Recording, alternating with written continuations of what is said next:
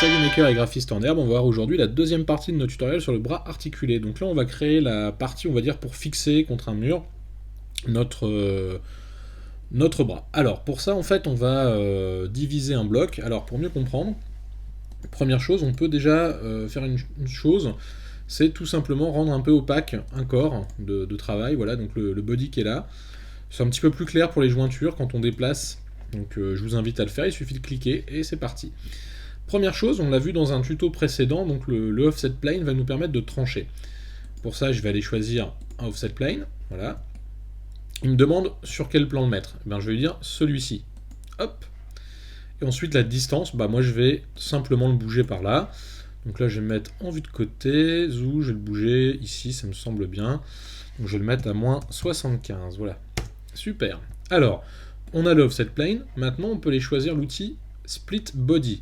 Donc lui va nous permettre ici dans la petite fenêtre de dire, donc je sélectionne le body que je veux trancher, donc on va dire ici le body 1, donc déjà à la limite avant de faire ça, avant de faire des bêtises, on va faire body 1, copier, donc commande C ou CTRL C, et on va faire coller de la même manière, CTRL ou commande V.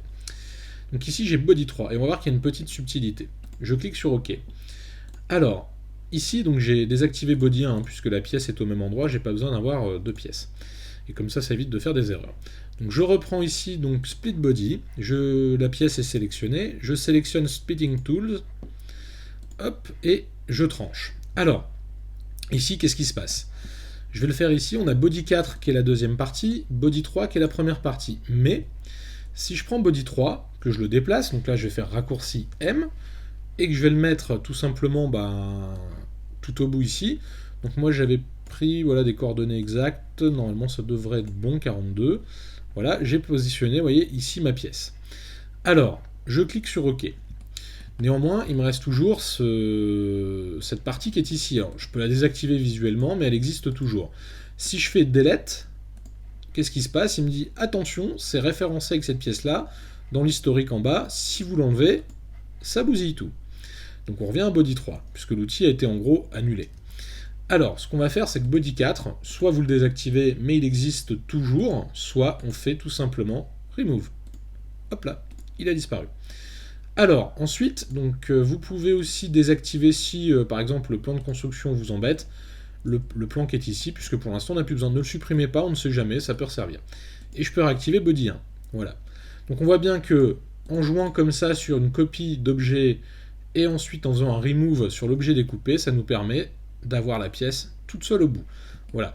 Alors, autre méthode, un peu moins propre, mais tout aussi possible, c'est de copier Body 1 par exemple, de créer un sketch, de venir dessus, et de trancher tout simplement un peu à l'arrache, hein, en faisant ça, tac, et puis après il suffit de faire un extrude, donc d'extruder l'ensemble des choses que l'on veut faire partir, et c'est parti. Voilà.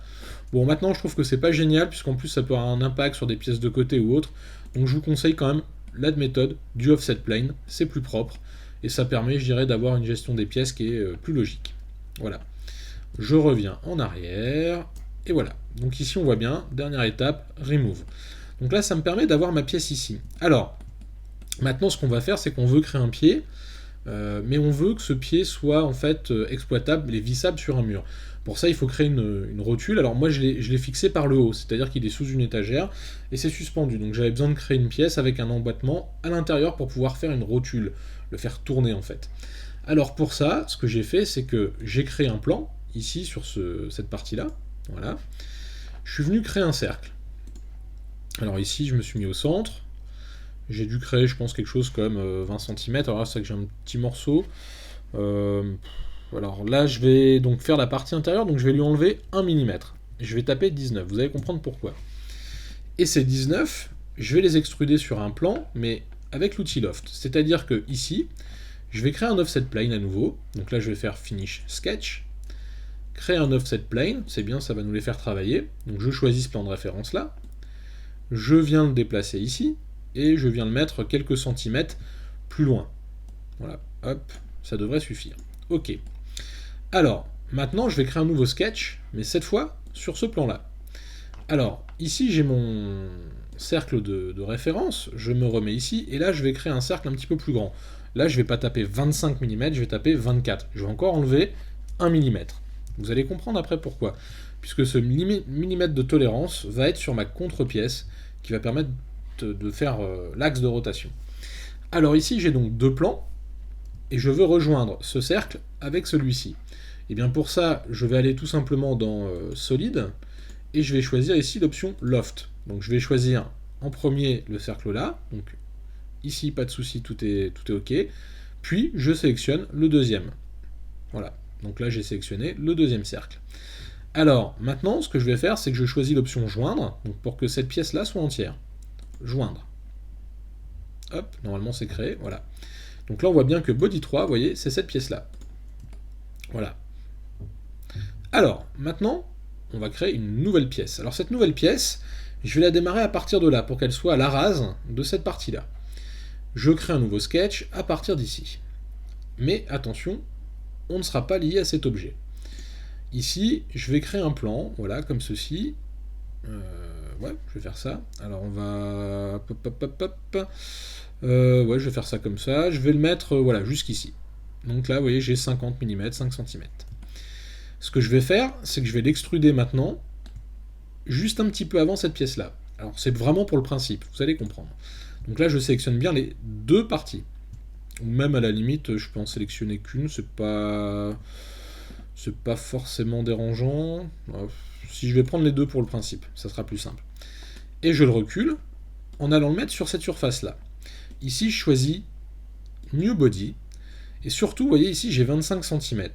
Et bien là, à l'impression 3D, je vais avoir besoin d'un espace pour pouvoir imprimer cette pièce en une seule, et que les deux parties ne soient pas tout à fait collées. Donc là, je vais enlever tout simplement, vous pouvez enlever 1 mm ou 0,5. Donc là, je vais mettre moins 24. C'est rentré. Donc là, ici, j'ai un nouveau corps qui s'appelle Body, ici 5.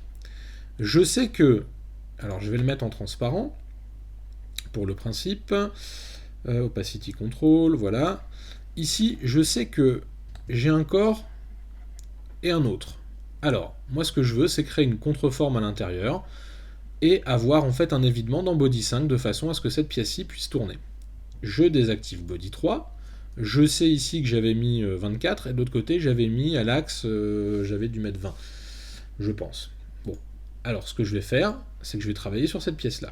Je désactive ici l'opacité, je crée mon nouveau sketch, hop, donc là, mon nouveau sketch est créé, je me mets ici, je crée ici donc un cercle de 25 mm de diamètre, voilà, zou. Et ensuite, je vais faire la même chose, donc je peux peut-être même extruder, je pense, mais je rentre en degrés, donc ça va être plus compliqué. Donc ce que je vais faire, c'est que je vais créer ici un cercle sur cette partie-là, donc je vais terminer mon sketch. Je vais faire un nouveau sketch ici. Voilà, on fait vraiment du pas à pas, et je vais créer une nouvelle pièce avec les deux. Donc là, je vais me mettre ici, donc j'avais mis 20, je pense. Voilà, enfin j'avais mis 19, donc là je mets 20. Donc j'ai bien ici deux plans. Et bien avec l'outil toujours le même, Loft, hop, je vais joindre cette partie-ci. Alors là, attention, j'ai fait plusieurs connexions, je vais le reprendre. Hop, outil Loft, Solide, Loft, voilà. Donc je prends bien ce disque-là, voilà, pour aller vers ce disque-là. Je fais OK, surtout New Body, voilà. Qu'est-ce que j'ai? J'ai Body 5, voilà, et à l'intérieur, Body 6.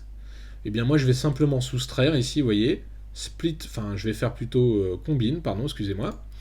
Je vais sélectionner donc la première pièce, alors ça ne sera pas celle-ci, ça sera la cible, c'est celle-là, et l'utilitaire, entre guillemets, l'outil, c'est celui-là. Donc là, je vais faire pas joindre, mais je vais faire cut. Et là, je vais couper.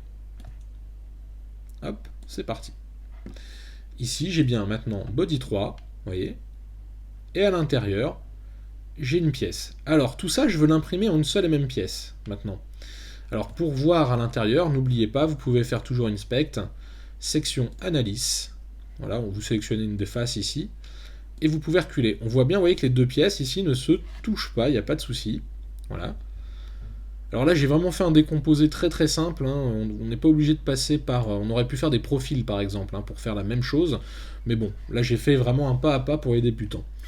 Alors, ici on voit bien que j'ai 2 pièces. Donc ça veut dire que si je vais dans Tools, que je veux imprimer cette pièce-là, Body 3 et Body 5 en même temps, il va me dire bah non, vous pouvez pas sélectionner 2 pièces. Si je vais dans Tools, que je fais Make, ici, alors je vais désactiver ça, il va me dire mais je comprends pas, là il y a soit celle-là, soit celle-là. Bon, c'est pas très très grave. On va tout simplement les lier, et moi ma buse d'impression 3D est de 0,4. Et bien je vais créer une pièce inférieure à la capacité d'impression qui va liaisonner les deux. Donc ici je vais retourner dans Solide, je vais créer un nouveau plan, voilà. Je vais le créer en fait tout simplement en dessous de cette pièce, voilà.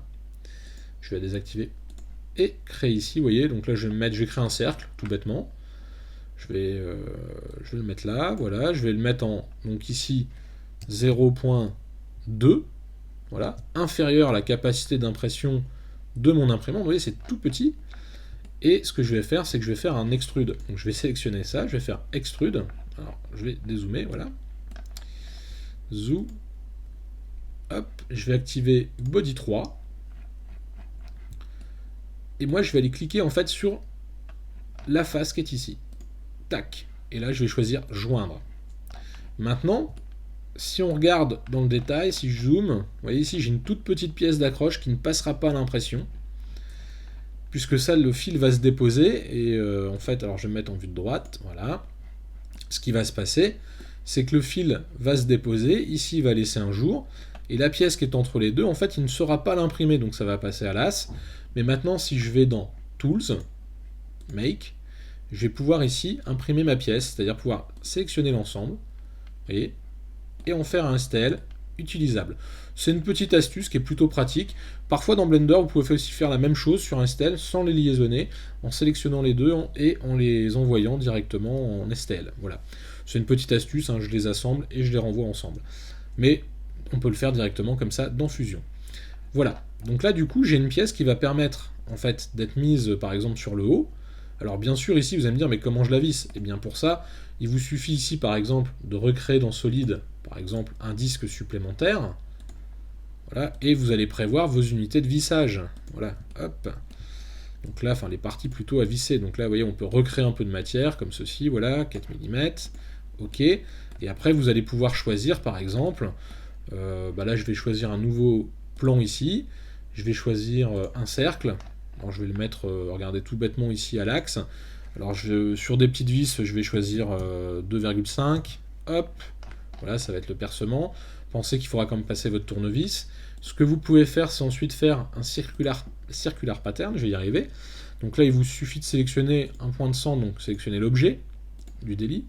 Sélectionnez ici le point de centre, donc ça va être celui-ci. Et après, vous pouvez dire 3, comme ça on a 3 points de fixation. Voilà. Et ensuite faire un petit extrude, raccourci E. Hop, donc là je vais sélectionner les 3 en même temps. Tac. Et lui dire d'aller sur cette face-là. J'ai des trous, hop. Maintenant c'est une petite visserie, créer un petit chanfrein sur le côté. Donc là, ici, on va aller choisir chanfrein. Je vais prendre ici, voilà, les 3 cercles. Et je vais mettre un petit chanfrein d'1 mm. Voilà, comme ça la tête de ma vis peut passer dedans. Et là je peux aller visser complètement sur par exemple un mur ou sur une partie qui va être horizontale, qui va me permettre de suspendre en fait mon bras. Vous voyez, comme ceci. L'idée c'est de suspendre le bras, voilà, et d'avoir quelque chose qui puisse tourner. Hop, réactivons l'ensemble pour le principe, et on comprend que effectivement là, j'ai une pièce qui devient un petit peu plus, on va dire, exploitable et vissable. Alors ça c'est pour cette première partie. On pourrait aussi créer un pied qui s'accroche sur le bureau, mais là il faudra créer un système de visserie. On le fera dans un prochain tutoriel, mais dans le prochain tuto on va mettre ici des boulons, donc on va créer des boulons, et on va voir comment, on va dire, pas animer, mais manipuler ces deux parties-là. Voilà, là on a fait la partie jointure, avec une pièce avec un axe de rotation à l'intérieur, donc c'est-à-dire que quand vous allez décoller l'ensemble, l'axe ici va descendre et vous pourrez le tourner sans problème. Alors cette méthode-là, elle est exploitable bien sûr sur n'importe quelle partie de pièce. On pourrait détourner le principe ici pour créer des rotules sur l'axe du bras par exemple ici. Dans ces cas-là, partez peut-être sur des sections circulaires ou des sections carrées. Voilà. Et bien écoutez, j'espère que ce petit tuto vous aura plu. N'hésitez pas à nous mettre un petit pouce bleu. Et moi je vous dis à très bientôt si vous êtes abonné pour les boulons et pour manipuler le bras et aller un peu plus loin dans Fusion 360. Voilà, à très bientôt.